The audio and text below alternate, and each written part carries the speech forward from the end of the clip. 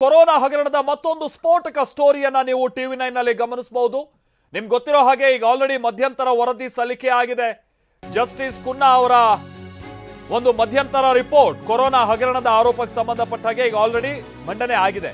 ಅದರಲ್ಲಿರುವಂತಹ ಹಲವು ಸಂಗತಿಗಳು ಇದೀಗ ಟಿವಿ9ಗೆ ಲಭ್ಯ ಆಗಿದೆ. ಕೆಲ ಎಕ್ಸ್ಕ್ಲೂಸಿವ್ ಮಾಹಿತಿಯ ಪ್ರಕಾರವಾಗಿ ಹೇಗೆ ಮಾನ್ಯತೆ ಇಲ್ಲದ ಲ್ಯಾಬ್ಗಳಿಗೆ ಕೋಟಿ ಕೋಟಿ ಹಣವನ್ನ ಕಳಿಸಿದ್ದಾರೆ ಅನ್ನುವಂತ ಸಂಗತಿ ಗೊತ್ತಾಗ್ತಾ ಇದೆ. ಮಾಜಿ ಸಿಎಂ ಬಿಎಸ್ ಯಡಿಯೂರಪ್ಪನವರು ಹಾಗೆ ಆಗಿನ ಸಂದರ್ಭದಲ್ಲಿ ಆರೋಗ್ಯ ಸಚಿವರಾಗಿದ್ದಂಥವ್ರು ಸಚಿವ ಶ್ರೀರಾಮುಲು, ಮಾಜಿ ಸಚಿವ ಶ್ರೀರಾಮುಲು, ಸೊ ಅವರ ವಿಚಾರವಾಗಿ ಕೆಲ ಸಂಗತಿಗಳು ಉಲ್ಲೇಖ ಆಗಿದೆ. ಏನೇನು ಟಿವಿ9 ನಲ್ಲಿ ಮಧ್ಯಂತರ ವರದಿಯ ಎಕ್ಸ್ಕ್ಲೂಸಿವ್ ಮಾಹಿತಿಯನ್ನ ನೀವು ನೋಡ್ತಾ ಹೋಗ್ಬೋದು. ಬಿಎಸ್ ಯಡಿಯೂರಪ್ಪನವರು ಹಾಗೆ ಶ್ರೀರಾಮುಲು ಕಾರ್ಯವೈಖರಿಗೆ ಸಮಿತಿ ಆಕ್ಷೇಪವನ್ನ ವ್ಯಕ್ತಪಡಿಸಿದೆ. ಅಂದ್ರೆ ಖಾಸಗಿ ಲ್ಯಾಬ್ಗಳಿಗೆ ಸುಮಾರು 6,93,00,000 ಹಣ ಸಂದಾಯ ಮಾಡಲಾಗಿದೆಯಂತೆ. ಆದ್ರೆ ಅದರಲ್ಲಿ ಬಹಳಷ್ಟು ICMR ನಿಂದ, ಅಂದ್ರೆ Indian Council of Medical Research ಅಂದ್ರೆ ICMR ಅದರ ಮಾನ್ಯತೆಯನ್ನ ಪಡೆಯದಂತ ಲ್ಯಾಬ್ಗಳು ಅನ್ನುವಂಥದ್ದು ಗೊತ್ತಾಗ್ತಾ ಇದೆ. ಸುಮಾರು 14 ಲ್ಯಾಬ್ಗಳು ICMR ನಿಂದ ಮಾನ್ಯತೆಯನ್ನ ಪಡೆದಿಲ್ಲ.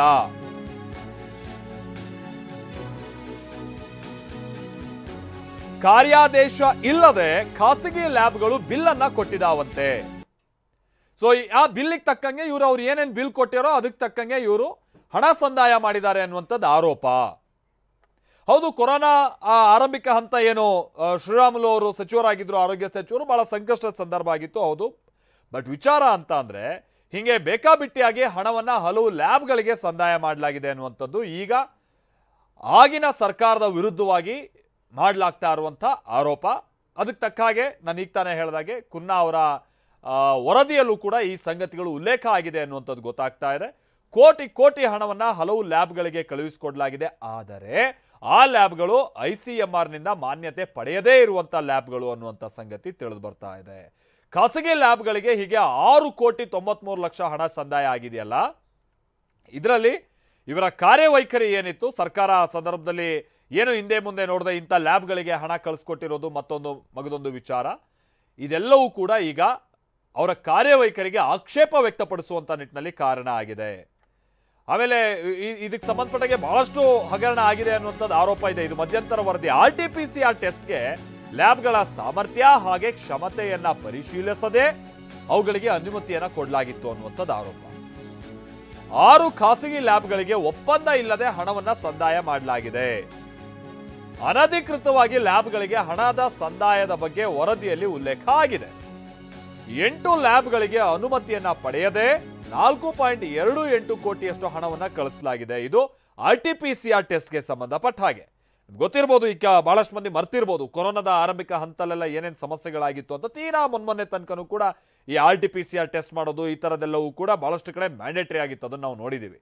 ಆದರೆ ಇಂಥ RT-PCR ಟೆಸ್ಟ್ ಮಾಡ್ತಾ ಇದ್ದಂಥ ಲ್ಯಾಬ್ಗಳ ವಿಚಾರ ಬಂದಂಥ ಸಂದರ್ಭದಲ್ಲಿ ಅವುಗಳ ಸಾಮರ್ಥ್ಯ ಹಾಗೆ ಕ್ಷಮತೆಯನ್ನ ಗುರುತಿಸದೆ ಬೇಕಾಬಿಟ್ಟಿಯಾಗಿ ಹಲವು ಲ್ಯಾಬ್ಗಳಿಗೆ ಸರ್ಕಾರದ ಮಾನ್ಯತೆಯನ್ನ ಪಡೆಯದಂತಹ ಲ್ಯಾಬ್ಗಳಿಗೂ ಕೂಡ ಇವರು ಬೇಕಾಬಿಟ್ಟಿಯಾಗಿ ಹಣ ಸಂದಾಯ ಮಾಡಿದ್ದಾರೆ. ಅಂದರೆ ಅದನ್ನೀಗ ಈ ಕುನ್ನಾ ಅವರ ವರದಿಯಲ್ಲಿ ಅನಧಿಕೃತ ಲ್ಯಾಬ್ಗಳು ಅಂತ ಅದು ಉಲ್ಲೇಖ ಆಗಿದೆ ಅನ್ನುವಂಥದ್ದು ಗೊತ್ತಾಗ್ತಾ ಇದೆ. ಹೇಗೆ ಕಾರ್ಯಾದೇಶ ಇಲ್ಲದೆ, ಅಂದರೆ ಒಂದು ವರ್ಕ್ ಆರ್ಡರ್ ಕೂಡ ಇಲ್ಲದೆ, ಅವರು ಕೂಡ ಏನೋ ಎತ್ತ ಅಂತ ಪಟ್ಟಿ ಕಳಿಸ್ಕೊಟ್ಟಿಲ್ಲ, ಇವರು ಕೂಡ ಏನು ಎತ್ತ ಅನ್ನುವಂಥದ್ದನ್ನು ನೋಡದೆ ಅವ್ರು ಹಾಕ್ತಂಥ ಬಿಲ್ಲಿಗೆ ಇವರು ಪೇ ಮಾಡಿದ್ದಾರೆ ಅನ್ನುವಂಥದ್ದು ವಿಚಾರ. ಆದರೆ ಈ ರೀತಿಯಾಗಿ ಕಳಿಸ್ಕೊಟ್ಟಂಥ ಬಿಲ್ಲಿಗೆಲ್ಲ ಹಣ ಪೇ ಆಗಿದೆ ಅಂದರೆ ಸರ್ಕಾರದ ಕಡೆಯಿಂದ ಸಹಜವಾಗಿ ಮೂಡುವಂಥ ಗುಮಾನಿ ಏನು, ಇನ್ ರಿಟರ್ನ್ ಇವ್ರು ಏನು ಪಡ್ಕೊಂಡಿದ್ದಾರೆ ಅನ್ನುವಂಥದ್ದು ಒಂದು ಆರೋಪ ಸಹಜವಾಗಿ ಅಥವಾ ಒಂದು ಗುಮಾನಿ ಬರೋದಕ್ಕೆ ಕಾರಣ ಆಗುತ್ತೆ. ಕೋವಿಡ್ ಜಾಹೀರಾತಿನಲ್ಲೂ ಕೂಡ ಅಕ್ರಮ ಎಸಗಿದ್ದಾರೆ ಅನ್ನುವಂಥದ್ದು ಆರೋಪ ಮಾಡಲಾಗಿದೆ. ಜಾಹೀರಾತಿನಲ್ಲೂ BMTCಯ MD ಸಲಹೆ ಮೇರೆಗೆ ಖಾಸಗಿ ಸಂಸ್ಥೆಗೆ 8.85 ಲಕ್ಷ ಹಣ ಸಂದಾಯ ಮಾಡಲಾಗಿದೆ ಅನ್ನುವಂಥದ್ದು ಗೊತ್ತಾಗ್ತಾ ಇದೆ. ಈಗ 8 ಲಕ್ಷ ಹಣವನ್ನ ವಸೂಲಿ ಮಾಡುವಂತೆ ಸರ್ಕಾರಕ್ಕೆ ಶಿಫಾರಸು ಕೂಡ ಮಾಡಲಾಗಿದೆ. ಕೋವಿಡ್ ಆಪ್ತ ಮಿತ್ರ ಸೇವೆಯಲ್ಲಿ ಗೋಲ್ಮಾಲ್ ಆಗಿದೆ ಅನ್ನುವಂಥದ್ದು ಆರೋಪ. 2 BPO ಸಂಸ್ಥೆಗಳ ವಿರುದ್ಧ ತನಿಖೆಗೆ ಶಿಫಾರಸು ಮಾಡಲಾಗಿದೆ ಕೂಡ. ಅಗ್ರಿಮೆಂಟ್ ಇಲ್ಲದೆ BPO ಸರ್ವಿಸ್ ಅನ್ನ ನೀಡಿದ್ದಾರೆ ಅನ್ನುವಂಥದ್ದು ಆರೋಪ. ಯಾವುದೇ ಅಗ್ರಿಮೆಂಟ್ ಕೂಡ ಇಲ್ಲದಿದ್ದು BPO ಸರ್ವಿಸ್ ಅನ್ನು ನೀಡಿದ್ದಾರೆ ಅಂತ. ಕೋವಿಡ್ ಜಾಹೀರಾತಿನಲ್ಲಿ ಹೀಗೆ ಅಕ್ರಮ ಎಸಗಿದ್ದಾರೆ ಅನ್ನುವಂಥದ್ದು ಕೂಡ ಆರೋಪ. ಯಾವುದೇ ಅನುಮತಿಯನ್ನು ಪಡೆಯದೇ ಇವರು ಕೇವಲ BMTCಯ MD ಸಲಹೆ ಮೇರೆಗೆ ಜಾಹೀರಾತನ್ನೆಲ್ಲ ಕೊಟ್ಟಿದ್ದಾರೆ ಅನ್ನುವಂಥದ್ದು ಇವ್ರ ವಿರುದ್ಧವಾಗಿ ಕೇಳಿಬರ್ತಾ ಇರುವಂಥದ್ದು ಆರೋಪ. ಈ ಕೋವಿಡ್ ಆಪ್ತಮಿತ್ರ ಅನ್ನುವಂಥ ಸ್ಕೀಮ್ನ ಅಡಿ BPO ಸರ್ವಿಸ್ನೆಲ್ಲ ಕೊಟ್ಟಿದ್ದಾರಂತೆ. ಸೊ ಅಂಥ BPO ಸರ್ವಿಸ್ ಕೊಟ್ಟಂತಹ 2 ಕಂಪನಿಗಳ ವಿರುದ್ಧ ಕ್ರಮ ತೆಗೆದುಕೊಳ್ಬೇಕು ಅನ್ನುವಂಥದ್ದು ಕೂಡ ಈಗ ಈ ವರದಿಯಲ್ಲಿ ಉಲ್ಲೇಖ ಆಗಿದೆ ಅನ್ನುವಂಥ ಸಂಗತಿ ತಿಳಿದು ಬರ್ತಾ ಇದೆ.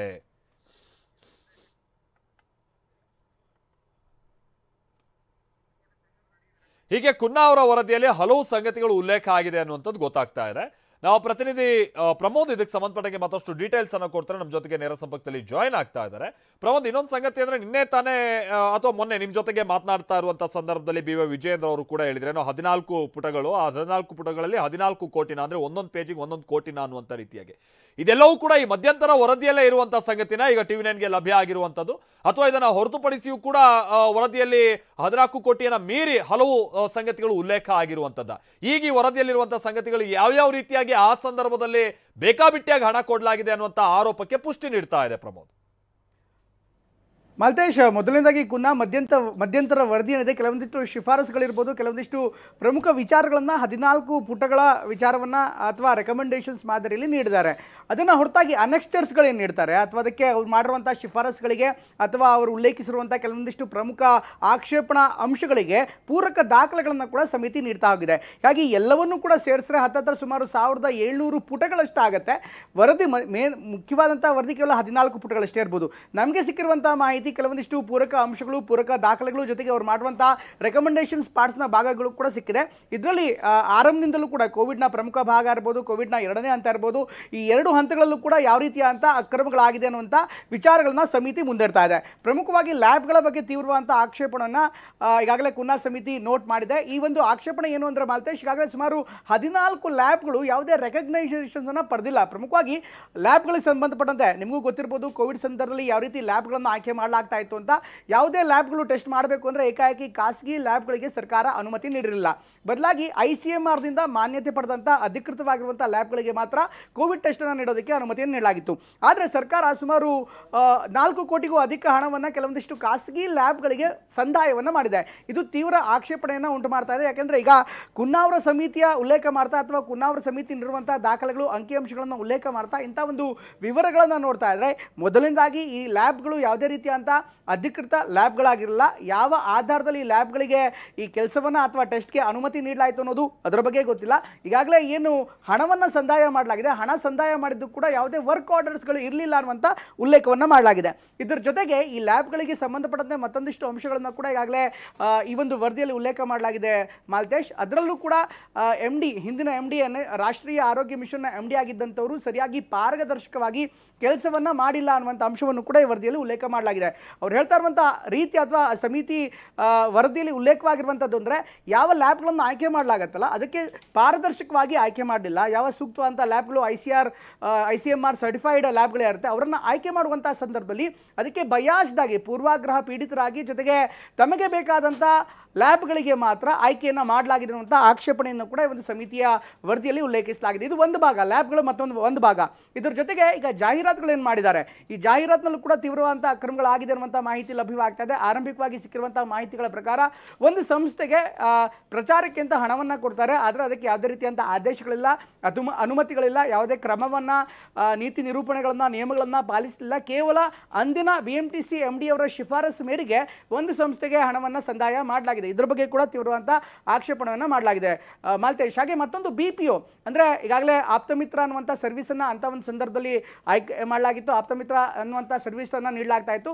ಯಾರು ಅವರಿಗೆ ಕಾಲ್ ಮಾಡ್ತಾರೋ ಅದನ್ನು BPO ಮೂಲಕ ಪ್ರೋಸೆಸ್ ಮಾಡಿ ಸಂಬಂಧಪಟ್ಟವರಿಗೆ ಹ್ಯೂಮನ್ ರಿಸೋರ್ಸನ್ನು ಬಳಸಿಕೊಂಡು ಸೂಕ್ತವಾದಂಥ ಸಹಾಯವನ್ನು ಜನರಿಗೆ ಮಾಡುವಂಥ ಒಂದು ಕಾನ್ಸೆಪ್ಟ್ ಆಗಿತ್ತು. 2 BPO ಸಂಸ್ಥೆಗಳ ಬಗ್ಗೆ ತೀವ್ರವಾದಂಥ ಆಕ್ಷೇಪಣೆಯನ್ನು ಮಾಡಲಾಗಿದೆ. ಈ BPO ಸಂಸ್ಥೆಗಳ ಜೊತೆಗೆ ಮೊದಲನೇದಾಗಿ ಅಗ್ರಿಮೆಂಟೇ ಆಗಿಲ್ಲ. ಅಗ್ರಿಮೆಂಟೇ ಆಗಿಲ್ಲದೆ ಇರುವಂಥ ಒಂದಿಷ್ಟು BPOಗಳ ಜೊತೆಗೆ ಇವರು ಕಾರ್ಯವನ್ನು ಮಾಡಿದ್ದಾರೆ. ಅವರಿಗೆ ಯಾವುದೇ ರೀತಿಯಂಥ ವರ್ಕ್ ಆರ್ಡರ್ಗಳಿಲ್ಲ. ಬದಲಾಗಿ ಸುಮಾರು 4 ರಿಂದ 4.5 ಕೋಟಿ ರೂಪಾಯಿಯಷ್ಟು ಹಣವನ್ನು ಈ BPO ಸಂಸ್ಥೆಗಳಿಗೆ ನೀಡಲಾಗಿದೆ ಅನ್ನುವಂಥ ಆಕ್ಷೇಪಣೆಯನ್ನು ಕೂಡ ಈ ಒಂದು ವರದಿಯಲ್ಲಿ ಉಲ್ಲೇಖ ಮಾಡಲಾಗಿದೆ. ಹೀಗಾಗಿ ಈ BPOವನ್ನು ಮಾಡಿದ್ಯಾರು, ಯಾರು ತಂದು ಕೊಟ್ಟರು, ಏನು ಮಾಡಿದ್ರು, ಇದೆಲ್ಲದರ ಬಗ್ಗೆ ತನಿಖೆ ಆಗಬೇಕು ಅಂತ ಹೇಳಲಾಗ್ತದೆ. ಇದರ ಜೊತೆಗೆ ಶಿಫಾರಸಿನ ಭಾಗದಲ್ಲಿ ಒಂದು ಮುಖ್ಯ ಕಾರ್ಯದರ್ಶಿಯಿಂದ ಈ ಎಲ್ಲ ಬೆಳವಣಿಗೆಗಳ ಬಗ್ಗೆ, ಈ ಎಲ್ಲ ಆರೋಪಗಳ ಬಗ್ಗೆ ಒಂದು ತನಿಖೆ ಆಗಬೇಕು. ಹಾಗೆಯೇ IT ತಜ್ಞರಿಂದ ಈಗಾಗಲೇ ಈ BPOಗಳ ವಿರುದ್ಧ ಏನು ಕ್ರಮ ಆಗಿದೆ ಅಥವಾ ಏನೆಲ್ಲ ಆಗಿದೆ ಇದೆಲ್ಲವನ್ನು ಕೂಡ ಉಲ್ಲೇಖ ಮಾಡಬೇಕಾಗಿದೆ. IT ತಜ್ಞರಿಂದ ಒಂದು ತನಿಖೆ ಮಾಡಿಸಬೇಕು. ಸ್ಪೆಷಲೈಸ್ಡ್ IT ಎಕ್ಸ್ಪರ್ಟ್ಸ್ ಯಾರು ಇರ್ತಾರೆ ಅಂಥವರೇ ಇದನ್ನು ತನಿಖೆ ಮಾಡಬೇಕು ಅಂತ ಶಿಫಾರಸು ಮಾಡಲಾಗಿದೆ. ಹಾಗೆಯೇ ಈಗಾಗಲೇ BPOಗಳಿಗೆ ಯಾವ್ಯಾವ ಹಣವನ್ನು ನೀಡಲಾಗಿದೆ ಅದನ್ನು ಕೂಡಲೇ ತಡೆ ಹಿಡಿಯೋದ್ರ ಜೊತೆಗೆ ಈಗಾಗಲೇ ಪೇಮೆಂಟ್ ಏನಾದ್ರು ಮಾಡಿದರೆ ಅದನ್ನು ಕೂಡ ವಾಪಸಾತಿ ಮಾಡಬೇಕು ಅನ್ನುವಂಥ ಶಿಫಾರಸನ್ನು ಕೂಡ ಮಾಡಲಾಗಿದೆ. ಒಟ್ಟಿನಲ್ಲಿ ಈ ಒಂದು ಮಧ್ಯಂತರ ವರದಿ ಏನಿದೆ ಕೆಲವೊಂದಿಷ್ಟು ಮಾಹಿತಿಗಳಿಗೆ ಸಿಗ್ತಾ ಇರುವಂಥದ್ದು ನೋಡಿದ್ರೆ ಇನ್ನಷ್ಟು ಹೊಸ ತಿರುವುಗಳನ್ನು ಪಡೆದುಕೊಂಡು ಅಚ್ಚರಿಯೇನಿಲ್ಲ. ಮಲ್ತೇಶ್, ಕರೆಕ್ಟ್ ಪ್ರಮೋದ್. ಅಂದ್ರೆ ಒಂದು ವಿಚಾರ ಅಂತಂದ್ರೆ ಹೌದು, ಈಗ ಕೊರೋನಾ ಸಂದರ್ಭ ಸರ್ಕಾರ ಒಂದು ಹಂತದಲ್ಲಿ ಇದನ್ನು ಹೇಗೆ ನಿಭಾಯಿಸಬೇಕು ಅನ್ನುವಂಥ ನಿಟ್ಟಲ್ಲಿ ಬಹಳ ದೊಡ್ಡ ತಯಾರಿಯನ್ನೇನು ಮಾಡ್ಕೊಳ್ದೇ ಇದ್ದಂಥ ಸಂದರ್ಭ. ಪ್ರಮೋದ್, ಮಾತನಾಡ್ತೀನಿ ನಾನು ನಿಮ್ಮ ಜೊತೆಗೆ. ಬೊಮ್ಮಾಯಿ ಅವಧಿಯ ವಿಚಾರವೂ ಕೂಡ ಪ್ರಸ್ತಾಪ ಆಗಿದೆ. ಬಸವರಾಜ ಬೊಮ್ಮಾಯಿ ಅವರು CM ಆಗಿದ್ದಂಥ ಸಂದರ್ಭದಲ್ಲೂ ಕೂಡ ಅವ್ಯವಹಾರ ಆಗಿದೆ ಅನ್ನುವಂಥದ್ದು ಆರೋಪ. ಅವ್ಯವಹಾರದ ಬಗ್ಗೆ ನ್ಯಾಯಮೂರ್ತಿ ಕುನ್ನಾ ಅವರ ವರದಿಯಲ್ಲಿ ಆ ವಿಚಾರ ಕೂಡ ಉಲ್ಲೇಖ ಆಗಿದೆ ಅನ್ನುವಂಥದ್ದು ಗೊತ್ತಾಗ್ತಾ ಇದೆ. ಖಾಸಗಿ ಲ್ಯಾಬ್ಗಳಿಗೆ ಹಣ ನೀಡಿರುವ ಬಗ್ಗೆ ಉಲ್ಲೇಖ ಆಗಿದೆ. ಬೊಮ್ಮಾಯಿ ಅವರ ಅಧಿಕಾರದ ಅವಧಿಯಲ್ಲಿ ನಿಯಮ ಉಲ್ಲಂಘಿಸಿ ಖಾಸಗಿ ಲ್ಯಾಬ್ಗಳಿಗೆ ಹಣವನ್ನ ಸಂದಾಯ ಮಾಡಲಾಗಿದೆ ಅಂತ ಮಧ್ಯಂತರ ವರದಿಯಲ್ಲಿ ಮಾಹಿತಿ ಇದೆ ಅನ್ನುವಂಥ ಸಂಗತಿ ಗೊತ್ತಾಗ್ತದೆ. ಅಂದ್ರೆ ಇದು ಕೇವಲ BS ಯಡಿಯೂರಪ್ಪನವರ ಅಧಿಕಾರ ಅವಧಿಯ ಸಂದರ್ಭದಲ್ಲಿ ಮಾತ್ರ ಅಲ್ಲ, ಅಥವಾ ಅವರು ಮುಖ್ಯಮಂತ್ರಿ ಆಗಿದ್ದಂಥ ಅವಧಿಯ ಸಂದರ್ಭದಲ್ಲಿ ಮಾತ್ರ ಅಲ್ಲ, ಬಸವರಾಜ ಬೊಮ್ಮಾಯಿ ಅವರು CM ಆಗಿದ್ದಂಥ ಸಂದರ್ಭದಲ್ಲೂ ಕೂಡ ಈ ಆರೋಪವನ್ನ ಈಗ ಮಾಡಲಾಗಿದೆ. ಪ್ರಮೋದ್ ನಮ್ಮ ಜೊತೆಗೆ ಹಾಗೆ ಸಂಪರ್ಕದಲ್ಲಿದ್ದಾರೆ. ಪ್ರಮೋದ್, ಅಂದ್ರೆ ಇದು BS ಯಡಿಯೂರಪ್ಪನವರ ಅವಧಿಯಲ್ಲಿ ಹಿಂದೆ ಕೊಟ್ಟಂತ ವರ್ಕ್ ಆರ್ಡ್ರೋ ಅಥವಾ ಹಿಂದೆ ಕೊಟ್ಟಂತ ಒಂದು ಆರ್ಡ್ರಿಗೆ ಸಂಬಂಧಪಟ್ಟಂಗೆ ಬೊಮ್ಮಾಯಿ ಅವರ ಕಾಲಾವಧಿಯಲ್ಲಿ ಪೇಮೆಂಟ್ ಆಗಿರೋದಕ್ಕೆ ಸಂಬಂಧಪಟ್ಟಂಗೆನೋ, ಅಥವಾ ಬಸವರಾಜ ಬೊಮ್ಮಾಯಿ ಅವರ ಅಧಿಕಾರದ ಅವಧಿಯಲ್ಲೂ ಕೂಡ ಇದೇ ರೀತಿಯಾಗಿ ಹಿಂದೆ ಮುಂದೆ ನೋಡದೆ ಇವರು ಹೊಸದಾಗಿ ಆರ್ಡರ್ ಕೊಡೋದು, ಅದಾದ ನಂತರ ಪೇಮೆಂಟ್ ಮಾಡೋದು, ಈ ರೀತಿಯಾಗಿ ನಡೆದಿದೆ ಅನ್ನುವಂಥದ್ದು ಆರೋಪನ ಬಸವರಾಜ ಬೊಮ್ಮಾಯಿ ಅವರ ವಿಚಾರವಾಗಿ. ಮಲ್ತೇಶ್, ಕೇವಲ ಬಸವರಾಜ ಬೊಮ್ಮಾಯಿ ಅವರ ಅವಧಿ ಅಂತ ಏನು ನಿರ್ದಿಷ್ಟವಾಗಿ ಅವರು ಹೇಳಲಿಲ್ಲ, ಅಥವಾ ಬಸವರಾಜ ಬೊಮ್ಮಾಯಿ ಅವರ ಹೆಸರನ್ನು ಅಲ್ಲೆಲ್ಲೂ ಕೂಡ ಉಲ್ಲೇಖ ಮಾಡಿಲ್ಲ. ಆದರೆ ಇರುವಂಥದ್ದನ್ನು ಆ ಪೀರಿಯಡ್ ಏನಿದೆ 2020-21ರಿಂದ 2022 ತನಕ 2022 ಕಾಲಾವಧಿಯಲ್ಲೂ ಕೂಡ ಅವರು ಮುಖ್ಯಮಂತ್ರಿಗಳಾಗಿದ್ದರು. ಹೀಗಾಗಿ ಈ ಒಂದು ಪ್ರೋಸೆಸ್ ಪ್ರಮುಖವಾಗಿ BPOಗಳಿಗೆ ನೀಡಿದಂಥ ಸರ್ವಿಸ್ಗಳೇನಾಯಿತು 6 ತಿಂಗಳಿಗೆ ಅನುಗುಣವಾಗಿ ಆನಂತರ ಆಲ್ಟರ್ ಮಾಡಿ ಅವಶ್ಯಕತೆ ಇದ್ದರೆ ಮತ್ತೆ ಇನ್ನಷ್ಟು ಹೆಚ್ಚಿನ ಕಾಲಾವಕಾಶವನ್ನು BPOಗಳಿಂದ ಸರ್ವಿಸನ್ನು ಪಡೆಯಲಾಗಿತ್ತು. ಹೀಗಾಗಿ ಆರಂಭಿಕವಾಗಿ ಕೇವಲ 6 ತಿಂಗಳಿಗೆ ಮಾತ್ರ ಸರ್ವಿಸನ್ನು ಪಡೆಯಲಾಗಿತ್ತು ಅನ್ನುವಂಥದ್ದು ಮಾಹಿತಿ ಇದೆ. ಇದರ ಜೊತೆಗೆ ಕಾಲಾನಂತರದಲ್ಲಿ ಬೇರೆ ಕೇವಲ 2 BPOಗಳ ಹೆಸರು ಉಲ್ಲೇಖ ಆಗ್ತಾ ಇದೆ. ಅದರ ಜೊತೆಗೆ ಒಂದು ಕ್ಲೌಡ್ ಸರ್ವಿಸ್ ನೀಡುವಂಥ ಮತ್ತೊಂದು IT ಸಂಸ್ಥೆ ಹೆಸರನ್ನು ಕೂಡ ಅದರಲ್ಲಿ ಉಲ್ಲೇಖ ಮಾಡಲಾಗಿದೆ. ಆ ಕ್ಲೌಡ್ ಸರ್ವಿಸ್ ನೀಡುವಂಥ IT ಸಂಸ್ಥೆಯ ಬಗ್ಗೆ ಕೂಡ ತೀವ್ರವಾದಂಥ ಆಕ್ಷೇಪಣೆಯನ್ನು ಮಾಡಲಾಗಿದೆ. ಈ ಒಂದು ಕ್ಲೌಡ್ ಸರ್ವಿಸ್ ನೀಡುವಂಥ IT ಸಂಸ್ಥೆ ಏನಿದೆ ಅದು ಏಪ್ರಿಲ್ 2022ರಲ್ಲಿ ಆದಂಥ ಒಂದು ಪೇಮೆಂಟ್ ಇರ್ಬೋದು, ಆ ಒಂದು ಸಂದರ್ಭದಲ್ಲಿ ನೀಡಿದಂಥ ಸರ್ವಿಸ್ಗಳ ಬಗ್ಗೆ ಉಲ್ಲೇಖ ಮಾಡಲಾಗಿದೆ. ಹೀಗಾಗಿ ಆ ಸರ್ವಿಸ್ ಕೂಡ ಅಂದರೆ ಕ್ಲೌಡ್ ಸರ್ವಿಸ್ ಪಡೆದಿರುವಂಥ ಸಂಸ್ಥೆಯ ಬಗ್ಗೆ ಕೂಡ ತೀವ್ರವಾದಂಥ ಆಕ್ಷೇಪಣೆಯನ್ನು ಸಲ್ಲಿಸಲಾಗಿದೆ. ಯಾವುದೇ ರೀತಿಯಾದಂಥ ಪ್ರಮುಖವಾದಂಥ ನಿರ್ಧಾರಗಳನ್ನು ಮಾಡದೆ ಅಥವಾ ಸರಿಯಾದಂಥ ರೀತಿಯಲ್ಲಿ ಪ್ರೋಸೆಸ್ಗಳನ್ನು ಮಾಡಿದ್ರೆ ಅಗ್ರಿಮೆಂಟ್ಗಳಿಲ್ಲದೆ ಕೆಲವೊಂದಿಷ್ಟು ಪೇಮೆಂಟ್ಗಳನ್ನು ಮಾಡಲಾಗಿದೆ ಅಂತ. ಮತ್ತೊಂದು ಇಂಟ್ರೆಸ್ಟಿಂಗ್ ಆದಂಥ ಸಂಗತಿ ಅಂದರೆ ಮಲ್ತೇಶ್, ಈಗಾಗಲೇ ಈ BPO ಸಂಸ್ಥೆಗಳಿಗೆ ನೀಡಿರುವಂಥ ಪಾವತಿ ಮಾಡಿರುವಂಥ ಹಣಗಳೇನಿದೆ ಅಥವಾ ಬಿಲ್ ಪೇಮೆಂಟ್ಗಳನ್ನು ಏನೇನು ಮಾಡಿದ್ದಾರೆ, ಬಿಲ್ ಪೇಮೆಂಟ್ ಮಾಡಿರುವಂಥ ದಾಖಲೆಗಳಾಗಲಿ ಕಡತಗಳನ್ನಾಗಲಿ ಅಧಿಕಾರಿಗಳು ಈ ತನಿಖಾ ಸಂಸ್ಥೆ ಕುನ್ನಾ ಆಯೋಗಕ್ಕೆ ನೀಡಿಲ್ಲ ಅನ್ನುವಂಥ ಅಂಶವನ್ನು ಕೂಡ ಈ ಒಂದು ಸಮಿತಿಯಲ್ಲಿ ಉಲ್ಲೇಖ ಮಾಡಲಾಗಿದೆ, ವರದಿಯಲ್ಲಿ ಉಲ್ಲೇಖ ಮಾಡಲಾಗಿದೆ. ಅಂದರೆ BPOಗಳಿಗೆ ಏನೇನು ಪೇಮೆಂಟ್ಗಳು ಮಾಡಲಾಗಿದೆ ಆ ಪೇಮೆಂಟ್ ಮಾಡಿರುವಂಥ ಬಗ್ಗೆ ಕೂಡ ಯಾವುದೇ ದಾಖಲೆಗಳನ್ನು ಸಮಿತಿಗೆ ನೀಡಲಿಲ್ಲ ಅನ್ನುವಂಥ ಮಾಹಿತಿ ಕೂಡ ಲಭ್ಯವಾಗ್ತಾ ಇದೆ. ಜೊತೆಗೆ BPOಗಳು ಕೂಡ ಯಾವುದೇ ಸರಿಯಾದಂಥ ವರ್ಕ್ ಆರ್ಡರ್ಗಳಿದೆ ಅಂದರೆ ಕಾರ್ಯಾದೇಶ ಇಲ್ಲದೆ ಅವರೇ ಇನ್ವಾಯ್ಸ್ಗಳನ್ನು ರೈಸ್ ಮಾಡಿರೋ ಬಗ್ಗೆ ಕೂಡ ಈ ಸಮಿತಿಯ ತನಿಖಾ ವರದಿಯಲ್ಲಿ ಈಗ ಮಾಹಿತಿ ಲಭ್ಯವಾಗ್ತಾ ಇದೆ. ಒಟ್ಟಲ್ಲಿ ಈ ಅವಧಿಯಲ್ಲಿ ಯಾವುದೇ ಮುಖ್ಯಮಂತ್ರಿ ಪ್ರಮೋದ್, ಇನ್ನೊಂದು ಸಂಗತಿ ನಾನು ಕೇಳ್ತಾ ಇದ್ದೆ ಅಂದ್ರೆ ಹೌದು, ಅವಾಗ ಕೊರೋನಾ ಸಂದರ್ಭ ಸರ್ಕಾರ ಇಂಥ ರೀತಿಯಾದ ಪ್ಯಾಂಡಮಿಕ್ ಅನ್ನು ಎದುರಿಸುವಂತ ನಿಟ್ಟಿನಲ್ಲಿ ಅನುಭವ ಇಲ್ಲದೆ ಇದ್ದಂಥ ಸಂದರ್ಭ, ತಯಾರಿ ಎಷ್ಟು ಮಟ್ಟಿಗಿತ್ತು ಅನ್ನುವಂಥದ್ದು ಕೂಡ ಪ್ರಶ್ನಾರ್ಹವಾಗಿರುತ್ತೆ. ಅಂತ ಟೈಮ್ನಲ್ಲಿ ತುರ್ತಾಗಿ ಜನರ ಅನುಕೂಲಕ್ಕಾಗಿ ನಾವು ಇಂಥ ಕಾರ್ಯಗಳನ್ನ ಮಾಡಬೇಕಾಯ್ತು ಅನ್ನುವಂಥದ್ದು, ಇದನ್ನೇನಾದ್ರು ಡಿಫೆಂಡ್ ಮಾಡ್ಕೊಳ್ಳೋಕೆ ಅವಕಾಶ ಇದೆಯಾ, ಅಥವಾ ಇದನ್ನ ಕನಿಷ್ಠ ನಿಯಮವನ್ನು ಕೂಡ ಪಾಲಿಸಿಲ್ಲ ಅನ್ನುವಂಥದ್ದು ಈ ವರದಿಯಲ್ಲಿ ಬಹಳ ಕ್ಲಿಯರ್ ಆಗಿ ಉಲ್ಲೇಖ ಆಗಿದೆಯಾ ಪ್ರಮೋದ್? ಆಗಿನ ಸಂದರ್ಭದವರು ಇದನ್ನೇನಾದ್ರು ಡಿಫೆಂಡ್ ಮಾಡ್ಕೊಳ್ಳುವಂಥ ಸಂದರ್ಭದ ವಿಚಾರ ಬಂದಾಗ ಮಲ್ತೇಶ್, ಇದನ್ನು ಅಫ್ಕೋರ್ಸ್ ಅಧಿಕಾರಿಗಳು ಹೇಗೆ ಡಿಫೆಂಡ್ ಮಾಡ್ಕೋತಾರೆ ಅಥವಾ ಈಗಾಗಲೇ ಯಾರು ಆರೋಪಿತರಿದ್ದಾರೆ ಅವ್ರು ಏನು ಡಿಫೆಂಡ್ ಮಾಡ್ಕೋತಾರೆ, ಅಫ್ಕೋರ್ಸ್ ಅವ್ರಿಗೆ ಅವ್ರದ್ದೇ ಆದಂಥ ಆಯ್ಕೆಗಳಿರುತ್ತೆ. ಆದರೆ ಕೋವಿಡ್ ಸಂದರ್ಭದಲ್ಲಿ ಅಫ್ಕೋರ್ಸ್ ಕೆಲವೊಂದಿಷ್ಟು ತುರ್ತು ನಿರ್ಧಾರಗಳಿಗೆ ಸೆಕ್ಷನ್ 4 ರಿಲೀಫನ್ನು ಅಂದರೆ ತುರ್ತಾಗಿ ಕೆಲವೊಂದಿಷ್ಟು ಯಾವುದೇ ಟೆಂಡರ್ ಸೇರಿದಂತೆ ಇನ್ನಿತರ ತುರ್ತು ಪ್ರಕ್ರಿಯೆಗಳನ್ನು ಯಾವುದೇ ಘೋಷಣೆ ಮಾಡಿದೆ ಅಥವಾ ಆ ಟೆಂಡರ್ ಪ್ರಕ್ರಿಯೆಗೆ ಒಳಗಾಗದೆ ಅವರಿಗೆ ವಿನಾಯಿತಿಯನ್ನು ನೀಡಿ ಮಾಡುವಂಥ ಅವಕಾಶ ಇರುತ್ತೆ. ಆದರೆ ಕೆಲವೊಂದಿಷ್ಟು ಬೇಸಿಕ್ ಅಗ್ರಿಮೆಂಟ್ಸ್ಗಳು ಅಂದರೆ ಉದಾಹರಣೆಗೆ ಯಾವುದೇ ಒಂದು ಸರ್ವಿಸನ್ನು ಕೊಡ್ತಾ ಇರುವಂಥ ಸಂದರ್ಭದಲ್ಲಿ ಮೂಲಭೂತವಾದಂಥ ಒಂದು ಅಗ್ರಿಮೆಂಟ್ಗಳನ್ನು ನಾವು ಮಾಡಬೇಕಾಗತ್ತೆ, ಅಥವಾ ಯಾವುದೇ ಸರ್ವಿಸ್ ಪ್ರೊವೈಡ್ ಮಾಡುವಂಥ ಸಂದರ್ಭದಲ್ಲಿ ಒಂದು ಕನಿಷ್ಠ ಲಿಖಿತ ಕಾರ್ಯಾದೇಶ ವರ್ಕ್ ಆರ್ಡರ್ನ ಮಾಡಬೇಕಾಗತ್ತೆ. ಈ ರೀತಿಯಾದಂಥ ವರ್ಕ್ ಆರ್ಡರ್ಗಳಿಲ್ಲದೆ, ಕನಿಷ್ಠ ರೀತಿಯಾದಂಥ ಯಾವುದೇ ಮಾನದಂಡಗಳನ್ನು ಫಾಲೋ ಮಾಡದೆ, ಯಾವುದೇ ಒಪ್ಪಂದಗಳು ಇಲ್ಲದೆ ಏಕಾಏಕಿ ಮಾಡಿದಂಥ ಸಂದರ್ಭದಲ್ಲಿ ಅಥವಾ ಏಕಾಏಕಿ ಸರ್ವಿಸನ್ನು ನೀಡಿದಂಥ ಸಂದರ್ಭದಲ್ಲಿ ಕೆಲವೊಂದಿಷ್ಟು ಆಕ್ಷೇಪಣೆಗಳು ವ್ಯಕ್ತವಾಗ್ತಾ ಇದೆ.